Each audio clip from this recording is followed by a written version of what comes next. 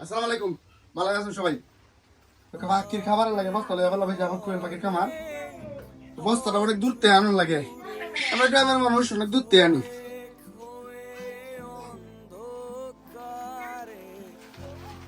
দুইটা বস্তা 25 KG 25 KG. আর এই কুলতাছে হ্যাঁ হয়েছে আমার মেয়ে হ্যাঁ আমার ছেলে।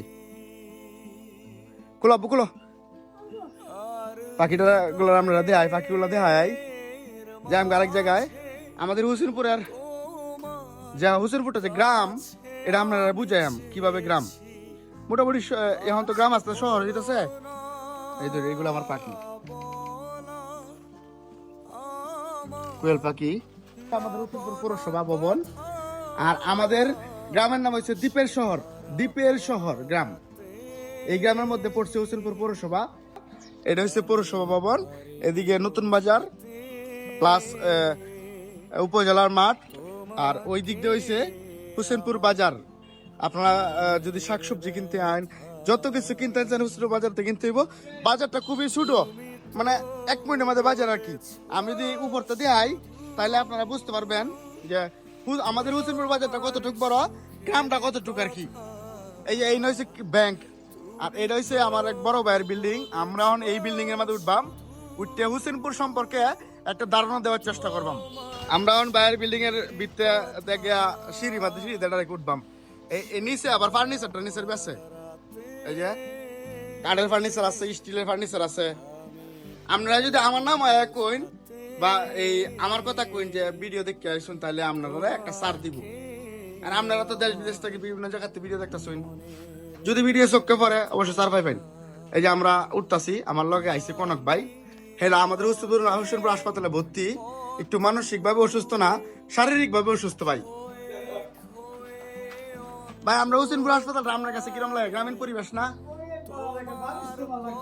হ্যাঁ, এটা কি মিস কথা কইছেন নাকি না? গোবর ঘর থেকে আমরা এই হাসপাতালটা ভালো নাকি? আমরা অলরেডি 3 তলার উপরে আছি মনে হয়। 3 তলা, হয় এটা 3 তলা। এই যে আমরা 4 তলা দুইটি উঠছি,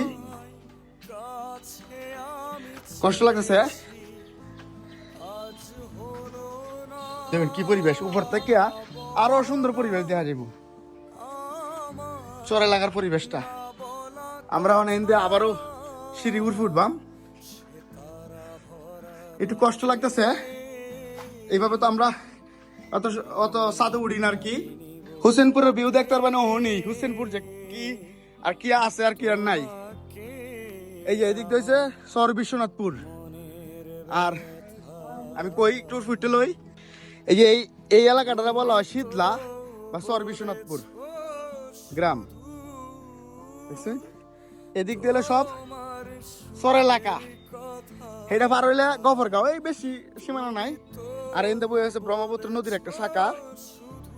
হয়তো নদীটা সামনে বান দেওয়াল, এর লাগে এই নদীটাতে পানি চলাচল করে না আর কি। আর এদিকে আসতে আসতে ওই ব্যাকটেরিয়া বাজার, পুরা বাজারের একটা দৃশ্য দেখা যাচ্ছে, মনে হচ্ছে এটা একটা শহর। এই যে জুমদা দিয়ে এই যে দেখছেন মসজিদ পারে, এই যে বিল্ডিংটি, এই বিল্ডিং এর পরে গেলে আর কোনো বিল্ডিং নাই, সব সবুজে সবুজ। এই দেখুন সবুজের শেষ সীমানা। এই যে পিছিয়ে সবুজ দেখা যাচ্ছে, 1 কিলো গ্রাম। এনে শহরের মতো আর কি, কিন্তু শহর না। তখন যে গ্রামটা দেখা যাচ্ছে, এই গ্রামটা বলা হয় দ্বীপের শহর। এখন আপনারা এই হোসেনপুর নামটা কে রয়েছে, এই যে দেখছেন নদী, এই নদী লয়ে কিন্তু হোসেনপুরের নাম। ব্রহ্মপুত্র নদীর তীরে এক সময় সুলতান আলাউদ্দিন শাহ নামের একজন রাজা জমিদার, তিনি আসছিলেন ভ্রমণ করার লাগিয়া। তো ভ্রমণের উদ্দেশ্য আয়াদে যে এই হোসেনপুর, তখন নাম তো এটা নাম ডাকতো দুলবাজার নামে। এই দুলবাজারে মানুষ এত গরিব অবস্থায়, মানুষ কেউ খাইতে পাইতেছে না, কেউ ধরুন মানে নানান অভাব, বিভিন্ন অভাব লাগে তা এই দুলবাজারের মানুষের। কেউ খাইতে পায় না, কর্ম পায় না।